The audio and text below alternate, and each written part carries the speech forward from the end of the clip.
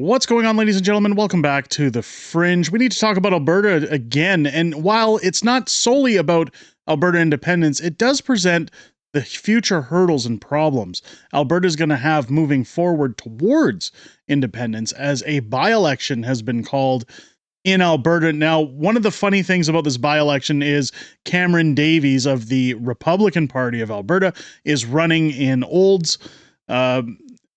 Three Hills area, and of course, I don't believe Cameron Davies is going to win that seat. I sure hope not, at least, because as I've said in other videos, the Alberta Republican Party is essentially just the PPC of Alberta. They're not here in terms of Alberta independence. They're here to essentially split the vote. And splitting the vote they're going to do, and we're going to see how that's going to work out for the NDP in this by-election, because Naheed Nenshi, who is now trending online, by the way, but not for good things, I don't believe. We're going to get into that. Nenshi is very well poised to take his seat in this by-election for Edmonton Strathcona. This paints a very bleak picture for Alberta. A lot of people have said the NDP are not going to win should we see a provincial election. The NDP will not form a government again in Alberta. We will not see it again. It's not going to happen. Keep in mind, everybody thought Pierre Poilievre was going to win the election. I'm here to talk about why a real danger is actually being presented here. Let's take a look here at Darby Crouch. Darby Crouch is running against Naheed Nenshi in Edmonton Strathcona. And again, we covered yesterday on the channel a brief video in regards to materials, explicit materials that were being taken out of children's schools.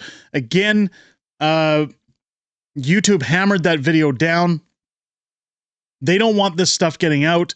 It's very sensitive material when discussing it online, but it's important we discuss it online because this material should not be available for our children. So as in saying that, folks, if you're liking this video, leave a comment and a thumbs up down below. Share it out. It helps us in that algorithm telling YouTube, hey, people actually do care about this stuff. They want to watch it. Otherwise, it's just going to get crushed. It says here, I have a question to Naheed Nenshi. Where do you stand? Are you okay with children being exposed to this material in our schools? Now, she goes on to talk in very good fashion as to why this is a problem. And Naheed Nenshi, of course, will not comment. He hasn't as of yet, because it would be political suicide. If he comments about it, we'll know where he stands, because we all know where he stands on this subject. But what's funny about this is that they're just going to sweep it under the rug like nothing happened. Wait until Naheed Nenshi gets in, then see where he stands. Let's take a look. After finding out that multiple books with sexually explicit content had been found in some school libraries across the province, this government took action. Yesterday, the UCP government provided an announcement about ensuring that age-appropriate books are in schools. Let's be clear. Protecting kids from sexually graphic content in school libraries is not bad. The Alberta NDP wants you to believe that removing such content from elementary schools is some sort of power move, with one NDP MLA even stating, "Make no mistake, this actually is about banning books." Really? So now protecting innocent children, some as young as 5 to 7 years old, from pornographic material is wrong.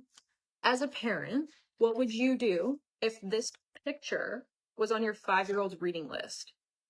Now, keep in mind, that is the picture being referenced as to one of the books that was taken out of Alberta schools. And this was in, this was not a high school, is all I will say. It wasn't in a high school. Many people online on the left are saying that this is the same as the bad guys in WW2 burning books. This is fascism. This is the problem, is that they want kids to see this stuff. They want kids absorbing this material. The problem is we know that Naheed Nenshi stands, at least from the way he's made statements in the past. I don't want to speak on his behalf of this, but we know he basically stands in favor of this material. He wouldn't try to suppress this from schools. It'll be interesting to hear him asked about this in public, because many have asked online and he refuses to answer. I'll let Darby finish up, and then we'll move forward with No the problem. children should be reading things found in these books, period. I won't even mention some of the words and images used because this video could get taken down if I did. That is how bad the material is. It won't be allowed on social media, but the NDP want your children to read it. You know, the problem here is that the NDP, again, we've talked about Rachel Notley, and even though she is not the official leader of the NDP any longer, Rachel Notley, of course, and her ties with her husband in QP, one of the major unions that handles teaching jobs. They have incredible influence over ridings. Now, I've reached out to Darby. I'd like to get her on the channel. I would love to hear what she has to say on this subject further. Again, I apologize for having to cut certain words out of her statements. Again, YouTube really hammers down on this kind of stuff. But you can see even W. Brett Wilson, not even Needy Nenshi, will defend this material, or will he? His people. Down here, I'm a big proponent of not having this guy dictate what is allowed in our children's schools. I mean, you've got photos of him trending online being at the Oilers game. But here's the biggest warning that I would give to anybody who's thinking of giving this man your vote, and why it's so serious. Colin tweeting out here, he turned Calgary into a shithole. Let's try all of Alberta. Naheed Nenshi was absolutely destructive to Calgary. He raised taxes every single year like clockwork. He provided no programs in return for that. The spending was out the window. This is a Marxist. This is a guy who, during the pandemic, said that anyone protesting were white nationalists that did not deserve to eat. Now, here's the problem with this by-election, and we're going to see some issues here. Edmonton Strathcona, if you don't know about it, these were election results coming up for Edmonton Strathcona. Orange. It's all orange. Now, there's only about a 2% Muslim population in this riding.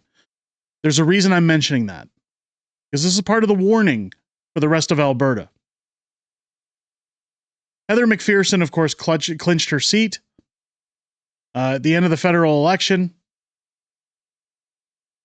This is her third straight seat. Now, even while Jagmeet Singh completely demolished the NDP party, Heather McPherson was allowed to keep her seat overwhelmingly. Keep in mind, where's the votes here?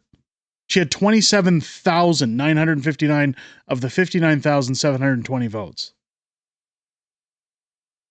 Conservative Party came in second, 10,000 votes less, roughly. Roughly. I know it's not 10,000, but it's roughly within the 10,000 margin. This riding is easily going to go to Naheed Nenshi. The biggest problem that we face here, when discussing Alberta independence, when discussing this by-election, is the future of Alberta. What happens to Alberta? A bunch of woke lefties are, without a doubt, going to put Naheed Nenshi in the driver's seat for the NDP in this by-election on June 23rd. We all know that that's going to happen.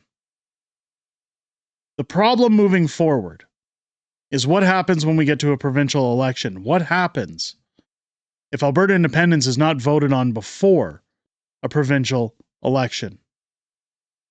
If you go back and look closely, and I've done this on other videos, I've shown the math, a lot of ridings, especially in Calgary, when Danielle Smith was elected into office, were won by very thin margins against Rachel Notley. Many people again say that the Alberta NDP have no chance of getting in ever again, that they will never form government. Don't be so sure. Lethbridge is commonly an NDP voting city in provincial elections. Edmonton is orange. Calgary is starting to turn very orange. And the biggest problem with that, the biggest problem with the votes coming in the next election, is that these thin margin ridings in Calgary are filled with people who love Naheed Nenshi.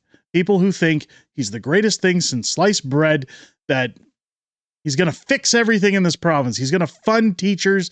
He's going to fund medical staff. He's going to take care of all the unions.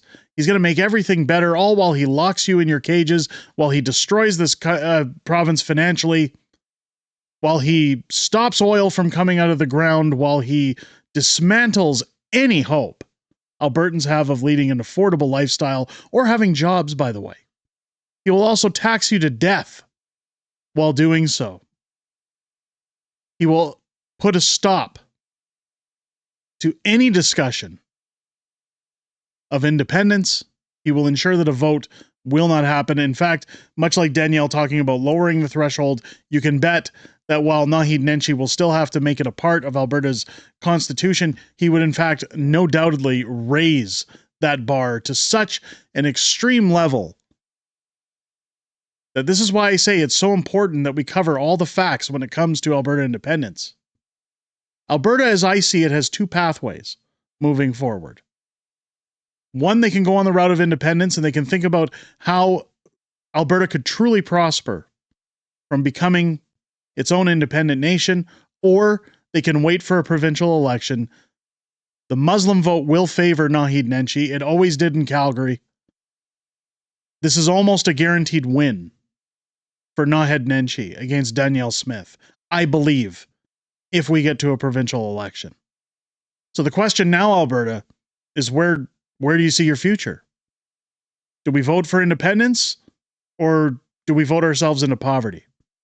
Let me know what you think down below in the comments. Let me know what you think will happen in the comments down below. If it's your first time here, I hope this video has earned your subscription. Make sure as you're hitting that button, you also click your bell for all notifications so that you never miss when a video drops. Join me live here on the channel each and every Friday night for Friday Night Fringe, my weekly live streaming show where I'm joined by the beautiful Mrs. Fringe as we talk about everything that happened this week in politics, everything we know coming up in the week ahead, as well as back and forth Q&A within the greatest YouTube community on the platform. I look forward to chatting with you guys outside of making these videos each and every week, but I most importantly look forward to chatting with you this Friday night starting at 6 p.m. Pacific, 8 p.m. Central here on the channel. With that being said, ladies and gentlemen, I hope you enjoyed this video. I hope you have a great rest of your day. I'll catch you on the next one.